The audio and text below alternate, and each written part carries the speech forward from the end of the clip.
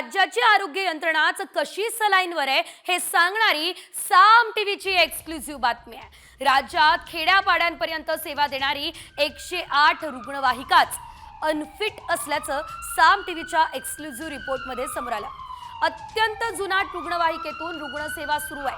11 वर्ष जुन्या या गाड्या त्यांचा तब्बल 6 लाखांहून अधिक किलोमीटरचा प्रवासही झालाय।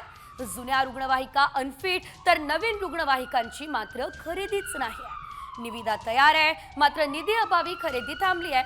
आरोग्य मंत्र्यांनी याकडे तातडीने लक्ष देण्याची गरज आहे आणि हे साम टीव्हीच्या या एक्सक्लुझिव्ह रिपोर्टमध्ये समोर आलंय।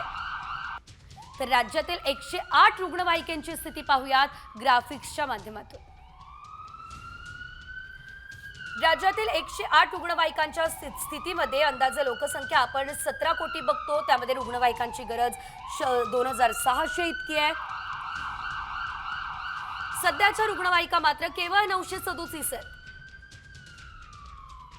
तर रुग्णवाहिकांचा कालावधी 11 वर्ष झालेला आहे। रुग्णवाहिकांची मागणी 1756 रुग्णवाहिकांची मागणी आहे।